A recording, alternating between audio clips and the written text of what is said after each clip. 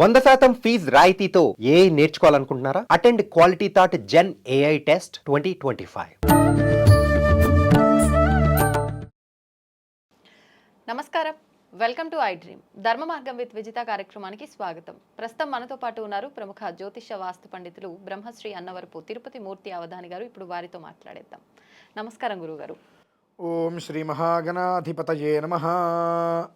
గురుగారు, రథసప్తమి రోజు చాలా విశేషమైన విధి విధానాలు ఆచరించాలని చెప్పి మీరు ఇంతకుముందు వీడియోలో చెప్పడం జరిగింది. కొన్ని వందల సంవత్సరాల తర్వాత రాబోయే విశేషమైన రోజని, ఈ రోజును ఉపయోగించుకొని వాళ్ళంత దరిద్రులు ఇంకొకరు ఉండరు అని చెప్పడం జరిగింది. ఉపయోగించుకునే విధానానికి వస్తే కాశీ క్షేత్రానికి వెళ్ళి అభిషేకం చేయాలని కూడా చెప్పారు. కానీ అందరికీ వెళ్ళాల్సిన పరిస్థితి ఉంటుంది అని చెప్పలేం. వెళ్ళలేని వారికి ఇంకొక అంతే సమానమైన ఫలితం రావటానికి ఇంకొక క్షేత్రం లేదా ఆలయం ఏదో ఉంది అని చెప్పడం జరిగింది. మీరు ఆ ఆలయం ఏంటి, అక్కడ ఉన్న స్వామివారు ఎవరు, ఆ విధానం, అక్కడ వెళ్ళి ఎలాంటి విధానాన్ని ఆచరించాలో తెలియజేయండి. ఓం వందే శంభుమాపతిం సురగురుం వందే జగత్కారణం వందే పన్నగభూషణం మృగధరం వందే పశూనాం పతిం వందే సూర్య శశాంకవన్నినయనం వందే ముకుందప్రియం వందే భక్తజనాశ్రయం చ వరదం వందే శివం శంకరం. రథసప్తమి విశేషమైన పర్వదినం. ఆ రోజునాడు ఏ కారణం చేతనైనా కాశీ వెళ్ళలేకపోతున్నామే అనే బాధ ఉండి ఇంకెక్కడికైనా వెళ్ళి కనుక అభిషేకం చేసుకుంటే ఆ ఫలితం రావాలి అని అయితే కోరుకుంటారు. వారికి చక్కటి గ్రామం అమ్మ ఉమా పార్వతీ మల్లేశ్వర స్వామివారి దేవాలయం. సుమారుగా 470 సంవత్సరాల క్రితం ప్రతిష్ఠ జరిగింది. అది మనకు పాలకొల్లు మండలం చింతపర్రు గ్రామం అమ్మ.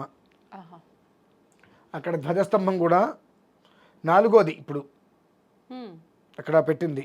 దాని మీద ఉంటుంది 1902 సంవత్సరంలో 4వసారి ధ్వజస్తంభాన్ని పునః ప్రతిష్ఠింపజేశారు. అంటే 3 పూర్తయినాయి, ఇది 4వది. అంటే 100 సంవత్సరాల ధ్వజస్తంభానికే దాటింది.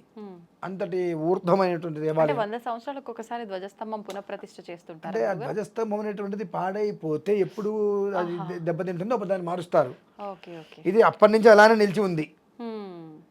అంటే అందులో ఉండేటువంటి మంత్రశక్తి ఎంత ఉందనేటువంటి విషయాన్ని కూడా మనం గ్రహించుకోవాలి.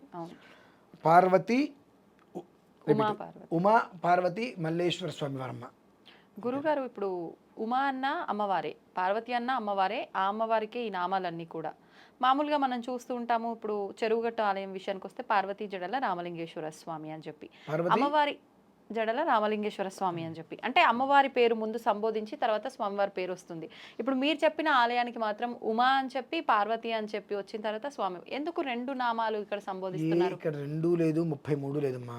మామూలుగా ఉమా కాత్యాయిని గౌరీ కాళీ హై మమతీశ్వరి శివా భవాని రుద్రాని సర్వాణి సర్వమంగళాపర్ణ పార్వతీ దుర్గా మృడాని చండికాంబిక ఆర్యా దాక్షాయిని జీవ గిరిజా మేనకాత్మజా గిరిజా లఘిమా తథా అన్నట్టుగా ఈ ఒక్క దేవతామూర్తిని ప్రతిష్ఠ చేస్తున్నప్పుడు వాళ్ళు యంత్ర ప్రతిష్ఠ చేసేటప్పుడే ఏ స్వామివారిని ప్రతిష్ఠ చేస్తున్నారో ఆ స్వామివారికి అమ్మవారికి పెట్టినప్పుడు ఆ నామాలు అనేటువంటిది 1-2 కూర్పు చేస్తారు. ఉమా పార్వతి, ఉమా అన్న ఆవిడే, పార్వతిని ఆవిడ పేరే. ఆ పేరు అనేటువంటి 2గా వచ్చేటువంటి ద్విగ్నీకృతంగా కూర్పుని చేసి ప్రతిష్ఠ చేసేటప్పుడే అమ్మవారి విగ్రహాన్ని ప్రతిష్ఠ చేసి యంత్రస్థాపన చేసేటప్పుడు ఆ పేరు నిర్ణయం చేస్తారు. అంటే ఈ ఆలయంలో అమ్మవారిని ఈ నామంతోనే పిలవాలి అని చెప్పి. అంతే. ఇప్పుడు కనకదుర్గ అమ్మవారి దేవాలయాలు చాలా ఉన్నాయి, కానీ విజయవాడలో ఉన్న కనకదుర్గ అమ్మవారికి మాత్రమే పేరుంది. తత్మా ఎవరికి కూడా దుర్గా అమ్మవారు అంతే. అంటే ఒక్కొక్క దానికి ఒక్కొక్క విధానం ఉంటుంది. రాజరాజేశ్వరి సమేత రాజశేఖర స్వామి వారు ఉంటారు, శారదా చంద్రమౌళీశ్వర స్వామి వారు, ఇలా ఒక్కొక్క దానికి ఒక్కొక్క పేరు ఉన్నట్టే అక్కడ వాళ్ళు ప్రతిష్ఠ చేసినప్పుడు ఆ 2 పేర్లు ద్విగుణీకృతంగా పెట్టాలని చెప్పి వాళ్ళు ఆ ప్రతిష్ఠ చేసేటువంటి సమయంలో అలా నిర్ణయించారు పెట్టాలి అని చెప్పి. దాని విధానంగా 470 సంవత్సరాలుగా నడుస్తుంది. గొప్ప విషయం ఏంటంటే ఆ ఆలయంలోకి చాలా తక్కువగా వెళ్తారు జనాలు. ఎందుకనండి? విపరీతమైన శక్తి గలది. ఎవరు పడితే వాళ్ళు వెళ్ళలేరు కూడా. అక్కడికి వెళ్ళిన వాళ్ళకి, వివాహం కాని వాళ్ళకి ఎన్ని 100 మందికి వివాహాలు అవడం తెలుసు. ఉద్యోగం లేని వాళ్ళు వెళ్ళి ఎంతో పెద్ద పెద్ద పొజిషన్లకు వెళ్ళిపోయిన వాళ్ళు చాలామంది. కొన్ని యోగాలు కావాలంటే కొన్ని చోట్లకు మనం వెళ్ళాలి. ఉమ్, ఆ యోగం మనకు దక్కుతుందంటే ఆ ప్రదేశానికి మనం వెళ్ళగలుగుతాం. ఉమ్, ఆ యోగం మనకు దక్కట్లేదంటే ఆ ప్రదేశాలకు మనం వెళ్ళలేం. అటువంటి అత్యంత శక్తివంతమైన ప్రదేశం చింతపర్రు స్వామివారి శివాలయం. ఎవరైనా వెళ్ళొచ్చు కదా మరి అక్కడికి? ఆ యోగం ఉండాలి. ఉండాలి. ఎవరైనా సరే ఆ రోజు నాడు వెళ్ళి అక్కడ అన్నాభిషేకం చేసుకోండి అమ్మా. ఉమ్, ప్రతిరోజు వెళ్ళొచ్చు, ఎప్పుడైనా వెళ్ళండి. కానీ ఆ రథసప్తమి అనేటువంటిది కాశీ ఎవరైతే వెళ్ళలేని పరిస్థితి ఉన్నదో వారు ఏమాత్రం అవకాశం ఉన్నా ఆ స్వామివారి దగ్గర అన్నాభిషేకం చేసుకునే ప్రయత్నం కనుక చేశారా అంతటి ఫలితము లభ్యమవుతుందమ్మా. ఎందుకంటే మనకు ఆలయాలు ఎన్నో ఉంటాయి, ఉమ్, ఒక్కొక్క చోట ఒక్కొక్క శివాలయం, ప్రతి గ్రామంలో శివాలయాలు ఉంటాయి. అవును.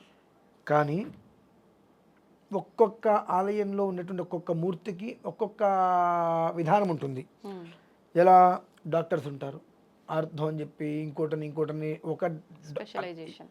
ఎవరైనా డాక్టరే, అవును. కానీ ఒక్కొక్క దాంట్లో ఒక్కొక్కరు స్పెషలిస్టు. ఉమ్, వాళ్ళు వచ్చి వీళ్ళంతా డాక్టర్ అని ఇందులోకి వచ్చి వాళ్ళు ఏం చేయలేరు. అవును.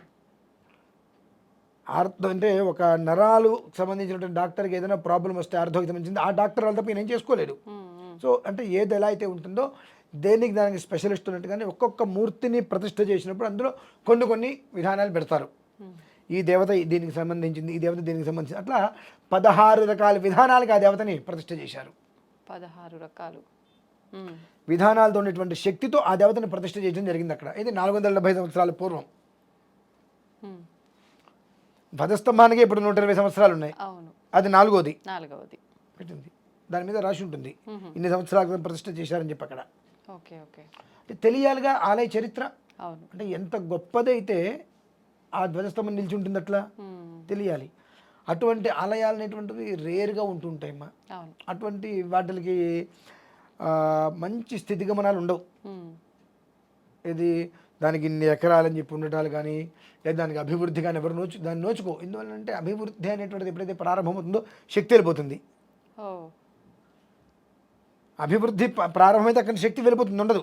ఉమ్, ఎందువలన ఉమ్, ఇంతకాలం అభివృద్ధి లేదు కాబట్టి ప్రశాంతంగా శక్తితో అందరినీ కాపాడుతుంది. Hmm. ఎప్పుడైతే అభివృద్ధి అనేటువంటిది వస్తుందో దాని మీద బ్రతకడం కోసం కొంతమంది వస్తుంటారు. ఉమ్, భగవంతుడు ఉన్నా లేకపోయినా నేను ముందు బ్రతకాలి.